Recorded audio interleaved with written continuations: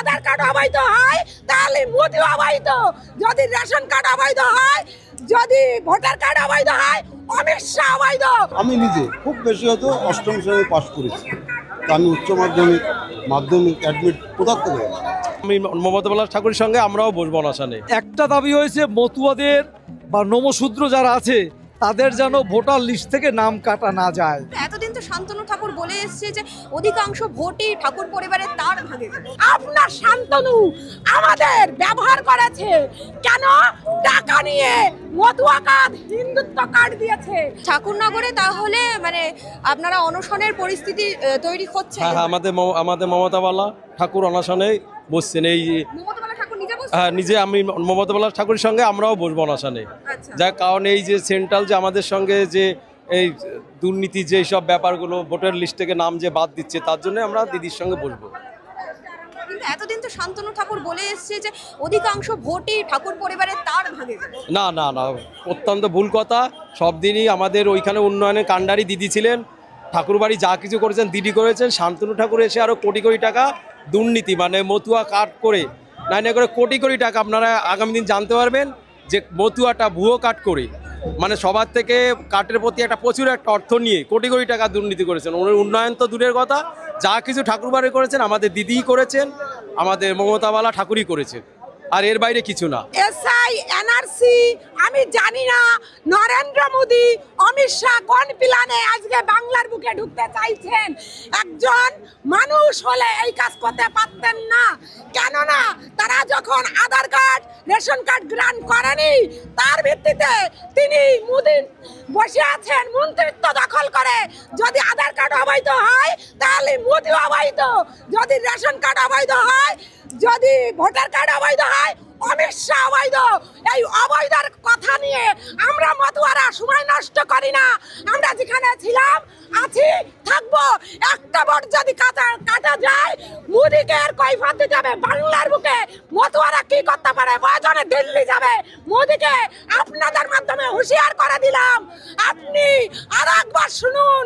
আপনাকে 3 মাস আগে একবার বার্তা দিয়েছি, আপনি আর একবার কান খুলে শুনুন।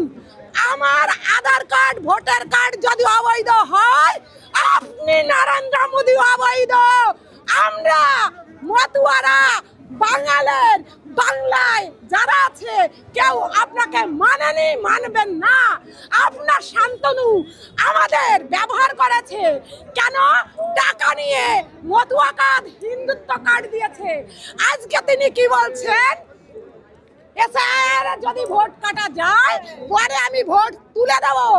উনি কাটাতে পারবেন, উনি তুলে দিতে পারবেন না। তাই আমরা ভোট কাটতেও দেবো না, তুলতেও দেবো না। আমরা যেখানে আছি সেখানেই থাকবো। আমাদের এইটাই দাবি। আমাদের সাধারণ মানুষকে নিয়ে কেন বিজেপি খেলা করছেন? আপনি একবার খেলবেন আর একবার নাচাবেন। আপনি কি ভাবিছেন আপনি কেন্দ্রমন্ত্রী হতে পারেন? ঠাকুরবাড়ির লোক, আপনাকে সসম্মানে প্রণাম জানাই ঠাকুরবাড়ির লোক হিসেবে, কিন্তু রাজনৈতিকের কাছে আপনি একটা জিরো। আপনি টাকা কামাচ্ছেন সেই মতুয়াদের কাছ থেকে। তাই আপনাকে একটা কথাই বলবো, সতর্ক হয়ে যান। আর কাউকে বিভ্রান্ত করে আপনি টাকা এইভাবে করবেন না। আপনি যে ক্যাম্প খুলেছেন ঠাকুরবাড়িতে, ক্যাম্প উঠাই নিন। কেন আমি পাগলা নিচ্ছেন বাংলার মানুষের কাছ থেকে? আপনি আজকে বার্তা শুনে যান। একজন সাধারণ মতুয়া ইলা পাগলি নরেন্দ্র মোদি আপনাকে বলছি, একটা ভোট যদি কাটা যায় বাংলা থেকে একটা ভোট আপনাকে নিতে দেব না, দেব না, দেব না। প্রয়োজনে রক্ত দেওয়া প্রথম আমি দেব, কিন্তু আমার বাংলার মানুষকে চোখের জল ফেলতে দেব না। মতুয়াদের চোখের জল ফেলবে না। আজকে আপনি শুনে নিন। জয় হরিবল, গৌর হরিবল। আপনাকে বলছি দিল্লিতে অবৈধ ভোট নিয়ে মন্ত্রিত্ব থেকে নেমে আসুন। আধার কার্ড ভোটার কার্ড গ্রহণ করবেন, তবে বৈধভাবে চেয়ারে বসবেন। নরেন্দ্র মোদি আপনাকে বললাম, অমিত শাহ আপনাকে বললাম। হরিবল, হরিবল। তাকে আপনারা এসেছেন, কি চাইছেন? ঠাকুরনগরের এখন অবস্থা কি? মতুয়াদের অবস্থা? মতুয়াদের অবস্থা হয়েছে মমতা ব্যানার্জি যেটা চেয়েছেন, মমতাওয়ালা ঠাকুরও ওইটা চাচ্ছেন। এবং কাল থেকে আমরা বাংলাদেশ থেকে এখানে আসছে তারা যেন মানে যারা ভোট দিয়ে সরকার গঠন করেছে যেন তাদের ভোটটা না কাটা যায়। শান্তনু ঠাকুর তো বলছে সিএ সার্টিফিকেট। শান্তনু ঠাকুর যেটা করছে সেটা মতুয়াদের বিভ্রান্ত করছে। কেন করছে? তিনি মতুয়াদেরকে সিএ মানে ফর্ম ফিল আপ করছেন। সিএ ফর্ম ফিল আপ করা মানে আমি বাংলাদেশি বা পাকিস্তানি, আমাকে স্বীকার করে নেওয়া যে আমি ভারতের সে নাগরিক নয়। আমাদের যেটা নেত্রী বলছেন, মমতা ঠাকুর যেটা বলছেন, আমরা যখন 24-এ 21-এ ভোট দিয়ে যখন সরকার নির্বাচিত করেছি, আমরা প্রকৃত ভোটার, আমাদের নাম বাদ দেওয়া যাবে না। শান্তনু যেটা করেছে সেটা অবৈধভাবে করেছে, সেটা কিছু মানুষকে বোকা বানাবার জন্য, কিন্তু আমরা সেদিকে যাব না। ঠাকুরনগর কার্যত দুটো ভাগে ভাগ, মমতা বালা ঠাকুর এবং শান্তনু ঠাকুর। শান্তনু ঠাকুরের হয়ে যারা ভোট দিয়েছিলেন এখন তারা কি বলছে, তারা কেমন আছে? শুনুন, শান্তনু ঠাকুররা হলো দুই ভাই, সুব্রত ঠাকুর। শান্তনু ঠাকুর সুব্রত ঠাকুর এখন বিভেদ হয়ে গেছে, এখন একসাথে নেই। এখন ঠাকুরবাড়ি মতুয়া মহাসংঘ হলো 3টে, একটা শান্তনুর, একটা সুব্রত ঠাকুরের, একটা মমতাবালার। যেটা প্রকৃত মতুয়া মহাসংঘ সেটা মমতাবালা ঠাকুরের। পরে যেটা শান্তনু করেছে, সে শান্তনু ছিল অস্ট্রেলিয়ায়, ও তো পরে আসছে, ঠাকুরবাড়ির ইতিহাস এখনও জানে না। এসে একটা মন্ত্রিত্ব পেয়ে গেছে, এসে এই কিছু মানুষকে ভক্তিবে দিয়া, মানে আপনি দেখুন প্রধানমন্ত্রী অমিত শাহ ঠাকুরনগরে এসে গেছে, কিন্তু ঠাকুরবাড়ি একটা বালি পড়েনি, বালির দানা পড়েনি, কোনো উন্নয়ন হয়নি মতুয়ার। কিন্তু মমতা ব্যানার্জি যখন ঠাকুরবাড়ি গেছেন, আজকে যে মন্দির হয়েছে, যে ঘাটের যে সংস্কার হয়েছে, রাস্তা থেকে লাইট ফাইট, এ সবগুলো কিন্তু এই মমতা ব্যানার্জির জন্যই হয়েছে। কিন্তু বিজেপি যে বলে বারবার যে শান্তনু ঠাকুর এসেছে বলেই আজকে এত ঠাকুর নগরের ঠাকুর বাড়ির উন্নতি হয়েছে, মতুয়াদের উন্নতি। এবং আপনাকে আরেকটা কথা বলি,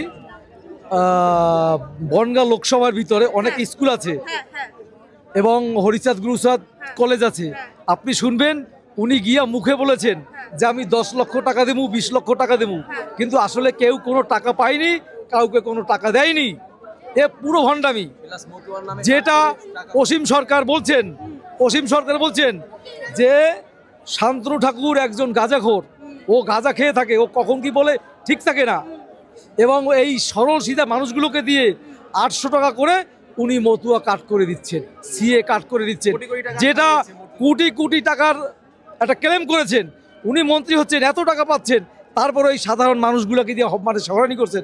আমরা এর প্রতিবাদে কালকে ঠাকুরনগরে বেলা 10টায় আমরা অমরণ অনশনে বসছি। কি দাবি মানলে এই অনশন তুলবেন আপনারা? আমাদের একটা দাবি হয়েছে, মতুয়াদের বা নমশূদ্র যারা আছে তাদের যেন ভোটার লিস্ট থেকে নাম কাটা না যায়। এই হয়েছে আমার প্রধান দাবি। এইটা যদি সরকার মেনে নেয়, আমাদের অনশন তুলে উঠবে। মুখ্যমন্ত্রী তো আপনাদের পাশে রয়েছে। মুখ্যমন্ত্রী পাশে আছে, কিন্তু কেন্দ্রীয় সরকার আমাদের পাশে নেই।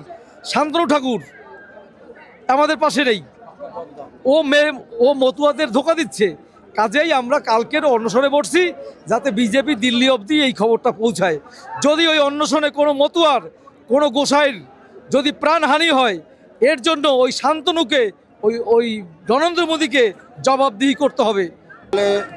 যে ছেলেটা জন্মগ্রহণ, যার নাম উঠেছে, তার আগে 21 বছর, তা চলে যাচ্ছে 70-এর পর, এইবার সে মারা গেল, এইবার সেই ভোটার তালিকা এখন নাম নেই। এ কী কাগজ দেবে? কারণ তাদের তো বেঁচে থাকতেই জীবনে স্কুলে যেতে পারেনি, পড়াশোনার যে সার্টিফিকেট চাইছে। আমি নিজে খুব বেশি হয়তো 8ম শ্রেণী পাস করেছি, তা আমি উচ্চ মাধ্যমিক অ্যাডমিট কোথার থেকে।